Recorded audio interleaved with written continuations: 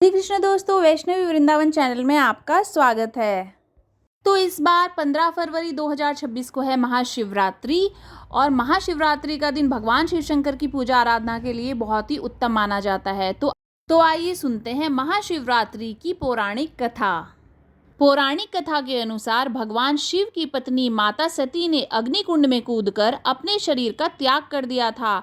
माता सती के जाने के बाद भगवान शिव गहरे दुख में रहने लगे। वे सदा सती को याद करते रहते थे और तपस्या में लीन हो गए।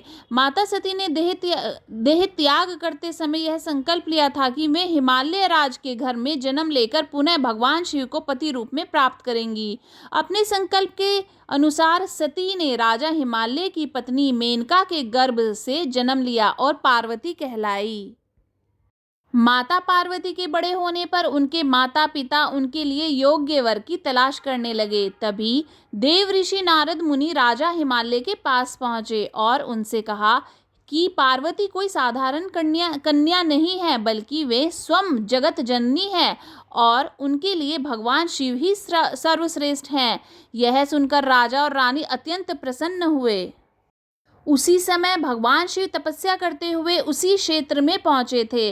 माता पार्वती प्रतिदिन श्रद्धा और भक्ति से शिवजी की सेवा करने लगी। वर्षों तक सेवा करने के बाद भी शिव समाधि में लीन रहे। तब पार्वती ने कठोर तपस्या करने का निश्चय किया। उन्होंने वर्षों तक फलाहार, पर्णाहार और अंत में निराहार रहकर भगवान शिव को प्रसन्न करने के लिए तप किया। इसी कारण उन्हें अपर्णा भी कहा गया है।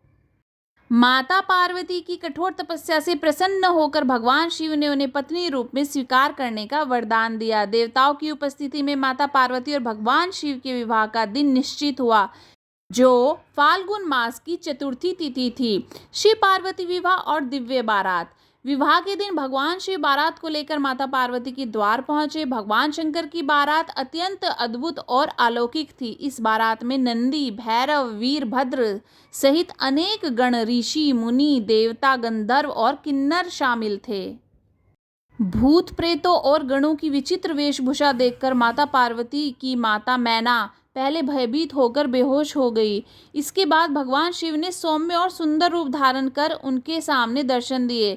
भगवान शिव का यह रूप इतना सुंदर था कि वे सुंदरेश्वर कहलाने लगे। माता मैना भगवान शिव को इस रूप में देखकर प्रसन्न हो गई और उनका आदर सम्मान के साथ स्वागत किया।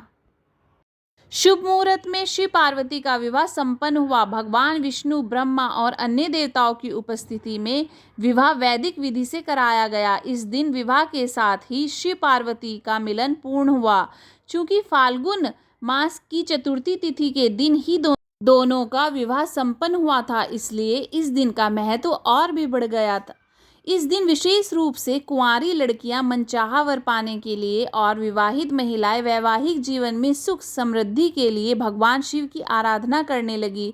यह दिन भक्ति, तप, संयम और श्रद्धा का प्रतीक माना जाता है। इसी दिन को महाशिवरात्रि के नाम से जाना जाता है। बोलिए शिव परिवार की जय। राधे राधे। अगर आपको वीडियो अच्छी लगी तो वीडियो को लाइक कीजिए, चैनल को सब्सक्राइब कीजिए। राधे राधे।